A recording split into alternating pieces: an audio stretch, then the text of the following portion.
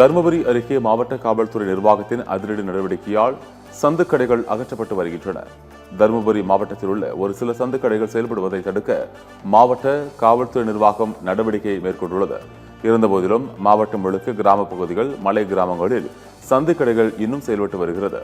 இந்நிலையில் காவல்துறையினர் யார் யார் மது பாட்டிலை விற்பவர் என்பது தெரியும் என்றும் அவர்கள் மீது காவல்துறை உரிய நடவடிக்கை மேற்கொள்ள வேண்டும் எனவும் கூறப்படுகிறது. இப்படி செய்தால் மட்டுமே மாவட்டத்தில் நடத்தப்பட்டு வரும் சந்துக்கடைகளை முழுமையாக ஒழிக்க முடியும் என சமூக ஆர்வலர்கள் தங்களது கருத்துக்களை தெரிவித்துள்ளனர்.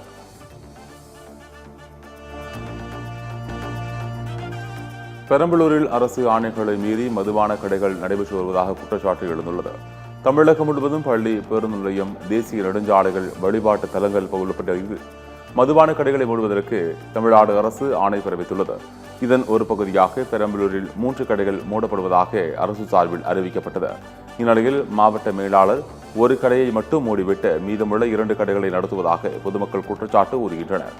எனவே அரசு உத்தரவை உடனடியாக அதிகாரிகள் பின்பற்ற வேண்டும் என அப்பகுதி மக்கள் அரசுக்கு கோரிக்கை வைத்துள்ளது குறிப்பிடத்தக்கது.